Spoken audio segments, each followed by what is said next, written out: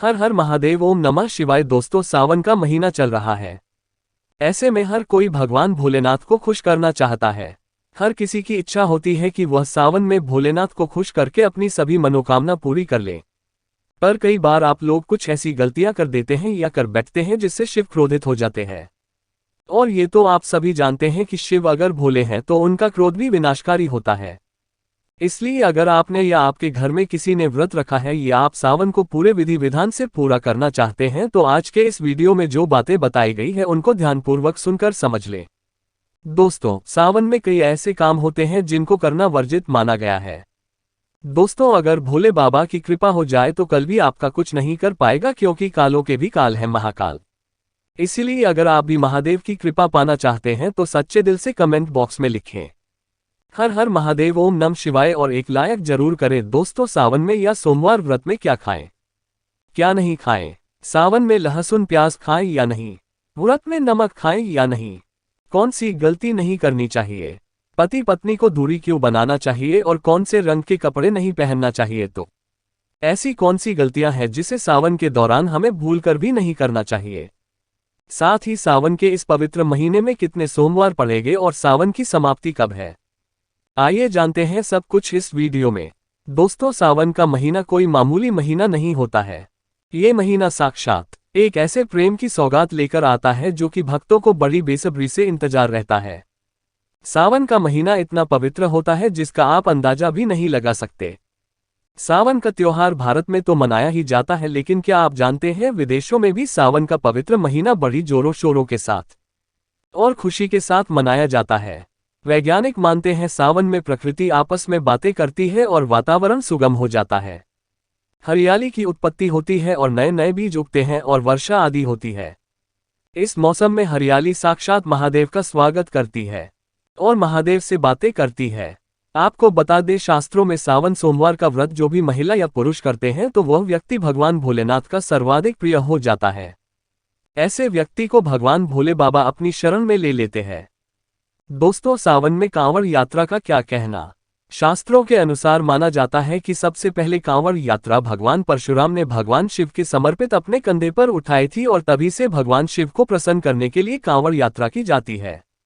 दोस्तों, लेकिन क्या आप जानते हैं सावन में 10 ऐसे नियम हैं जो आपको जानना बहुत ही आवश्यक है। अगर इन नियमों का पालन अगर आप अपने जीवन में नहीं करते हैं तो आपको भगवान शिव के क्रोध का सामना करना पड़ सकता है। आपका पूरा परिवार गरीबी, निर्धनता और बर्बादी का सामना कर सकता है। आइए जानते हैं। तो सबसे पहले जानते हैं सावन सोमवार व्रत की तारीख। पहले सोमवार का व्रत 10 जुलाई, दूसरे सोमवार का व्रत 17 जुलाई, तीसरे सोमवार का व्रत 24 जुलाई, चौथा सोमवार व्रत 31 जुलाई, पांचवा व्रत 7 अगस्त, सोमवार व्रत 14 अगस्त, 60वां सोमवार व्रत 21 अगस्त और 8वां सोमवार 28 अगस्त को रखा जाएगा। दोस्तों, अब जान लेते हैं सावन सोमवार के व्रत में क्या खाना चाहिए और क्या नहीं खाना चाहिए। अगर आपने सावन सोमवार का व्रत रखा है तो आप इस दिन सात्विक भोजन ही करें। ये निर्जला व्रत नहीं होता, इसलिए इस व्रत में सेंधा नमक से बनी चीजें खा सकते हैं। अगर आपने फल खाने पर संकल्प लिया है तो नमक भूलकर भी ना खाएं।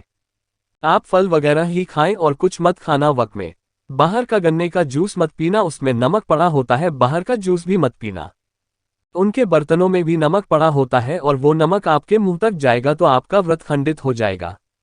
रात में डिब्बाबंद जूस नहीं पीना चाहिए, उसमें कई केमिकल पड़े होते हैं जिससे जाता है। दोस्तों, सावन में कई बार शुक्रवार का दिन पड़ जाता है तो खट्टा भूलकर भी मत होना, क्योंकि माता संतोषी इस दौरान जागृत अवस्था में हो जाती है, वो रुष्ट हो जाएगी। और इस दिन आप पानी, पूरी, इमली की चटनी वगैरह, खट्टे फल वगैरह जाने अनजाने में भी मत खाना, क्योंकि इससे माता संतोषी क्रोधित हो जाएंगे। एक बार माता संतोषी रुष्ट हो गई तो आपको जिंदगी भर कष्ट भोगना पड़ेगा। माता रानी भोली है, पर सावन के महीने में जो भी शुक्रवार के दिन खट्टा खाता है उसे परेशानी और माता के क्रोध का सामना करना ही पड़ता है। सावन में साधारण नमक फलों पर लगाकर या अमरूद के बीच में भरकर, क्या गजब की चीज है ना सच। यानी मैं कुछ भी पूछो जवाब मिलेगा। ये आप नमक फलों पर लगाकर खा सकते हैं।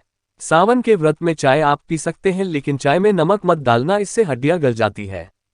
सावन के व्रत में दूध नहीं पीना चाहिए, इससे भगवान शिव क्रोधित हो जाते हैं। सावन में हल्दी मिलाकर दूध पीने से भयंकर श्राप लगता है। सावन में बच्चों को दूध पी लेना चाहिए, पर घर में बड़ों को दूध नहीं पीना चाहिए।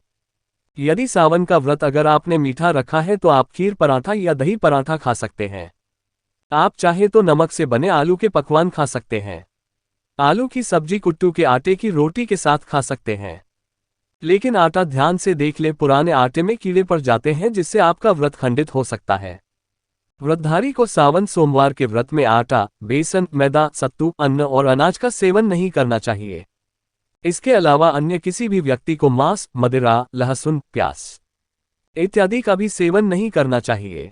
वहीं व्रत रखने वाले व्यक्ति को धनिया पाउडर, मिर्ची पाउडर, सदा नमक का सेवन भूलकर भी नहीं करना चाहिए। सावन में चाहे आपका व्रत हो या ना हो, किसी भी व्यक्ति को कढ़ी पकौड़ा नहीं खाना चाहिए और वही पत्तेदार सब्जियां, पालक, मेथी, लाल भाजी, बटुआ, पत्ता गोभी जैसी सब्जियां, साग सब्जियां भूलकर भी नहीं खाना चाहिए। ये जहर के समान मानी जाती है। इसमें कीड़े आ जाते हैं, सांप, बिच्छू वगैरह आ जाते हैं और जो भी व्यक्ति सावन में बैंगन की सब्जी खाता है उस व्यक्ति को घोर पाप लग जाता है।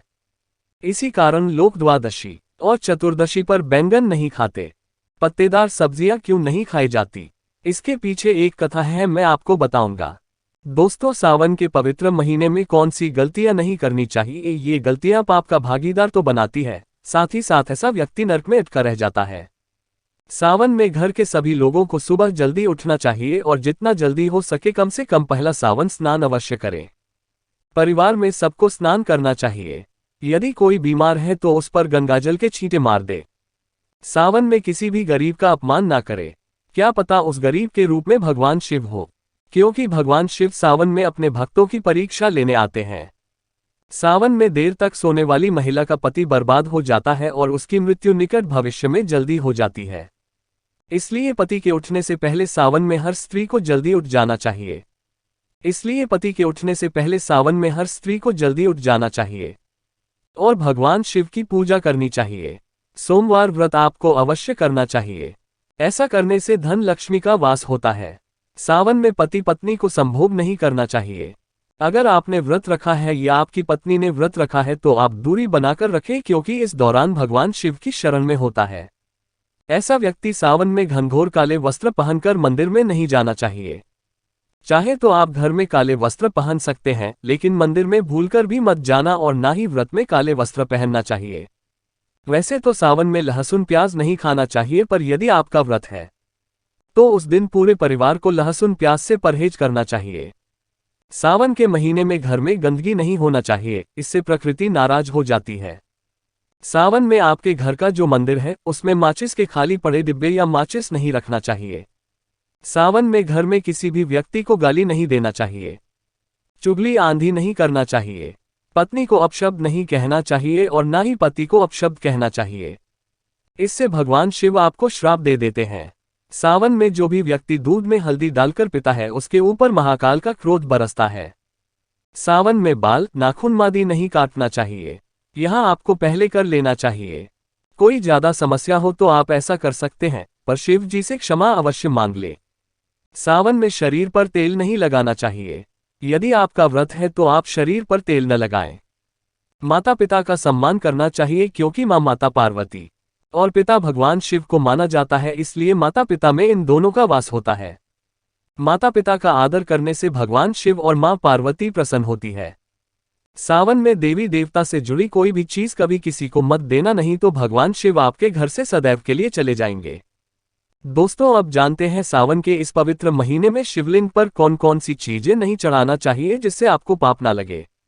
शिव पुराण के अनुसार शिव भक्तों को कभी भी भगवान शिव को तुलसी, हल्दी और सिंदूर सहित ये 6 वस्तु नहीं चढ़ाना चाहिए। पौराणिक कथा के अनुसार केतकी के फूल ने ब्रह्मा जी के झूठ में साथ दिया था, जिससे नाराज होकर भगवान भोलेनाथ ने केतकी के फूल को श्राप दिया था। इसीलिए शिवलिंग पर केतकी का फूल नहीं चढ़ाया जाता और वहीं नारियल का पानी भी शिवलिंग पर कभी भी अर्पित नहीं करना चाहिए। शंख से जल भी भगवान भोलेनाथ को नहीं चढ़ाना चाहिए। शास्त्रों के अनुसार सुबह 5 बजे से लेकर सुबह 11 बजे तक शिवलिंग पर जल चढ़ाना बहुत ही शुभ और अत्यंत मंगलकारी होता है। कभी भी शाम के समय शिवलिंग पर जल न चढ़ाएं। शास्त्रों के अनुसार शिवलिंग पर काली मिर्च चढ़ाने से रोगों का नाश होता है। इसके साथ ही सुख समृद्धि की प्राप्ति होती है। घर में कभी भी अंगूठे के आकार से बड़ा शिवलिंग नहीं रखना चाहिए और शिवलिंग पर जलधारा अवश्य होना चाहिए। भगवान भोलेनाथ को टूटे अक्षत कभी अर्पित नहीं करना चाहिए, इससे शिव क्रोधित हो जाएंगे। सावन के महीने में कटे फटे बेलपत्र शिवलिंग पर कभी अर्पित नहीं करनी चाहिए। बेलपत्र की संख्या 3 होना चाहिए। बेल पूरे होना चाहिए, सबूत होना चाहिए, लेकिन आप 6 महीने पुराना बेलपत्र भी शिवलिंग पर अर्पित कर सकते हैं, लेकिन वो कटा फटा ना हो। 6 महीने तक बेलपत्र पवित्र और शुभ माना जाता है। सच्चे दिल से बेलपत्र शिवलिंग पर चढ़ाने से 21 मनोकामनाएं पूर्ण हो जाती है। भगवान शिव को दूध में पानी डालकर नहीं अर्पित करना चाहिए, इससे आपको फल भी इसी तरह ही मिलेगा। भगवान शिव को एक बूंद भी आप अर्पित कर सकते हैं, पर दूध शुद्ध होना चाहिए और आपका मन भी शुद्ध होना चाहिए। शास्त्रों के अनुसार पीतल के कलश से शिवलिंग पर दूध चढ़ाना सबसे उत्तम बताया गया है। धार्मिक कर्मकांड में पीतल के बर्तनों का विशेष महत्व बताया गया है। विवाह आदि के कार्यों में इसलिए पीतल के बर्तनों का प्रयोग किया जाता है। आपको बता दें, सोमवार को पीतल के कलश से ही शिवलिंग पर दूध से अभिषेक बताया गया है। स्टील और प्लास्टिक से बने बर्तन का प्रयोग ना करें। शिवलिंग पर जल चढ़ाते समय वो जल आपके पैरों के पास नहीं जाना चाहिए, अशुभ माना जाता है। उसे लांघना भी नहीं चाहिए, उसे हम जलहारी कहते हैं। सावन में जल अपने घर का होना चाहिए। मंदिर से जल भरकर मंदिर में ही अर्पित नहीं करना चाहिए, इससे आपका भाग्य खराब हो सकता है। दोस्तों, सावन में यह चीज खा लेने से दुनिया की कोई भी ताकत आपको धनी होने से रोक नहीं पाएगी। मैं ईश्वर की सौगंध खाता हूं, अगर आपने सावन में यह चीज खा ली तो करोड़पति होते देर नहीं लगेगी, लेकिन सच्चे दिल से ही खाना है। आइए जानते हैं। सावन में शिव भक्तों को शिवलिंग पर चढ़ा हुआ प्रसाद के रूप में धतूरा जरूर खाना चाहिए। इससे आपको ज्यादा नहीं खाना है, बस अपनी जुबान पर हल्का सा टच करना है।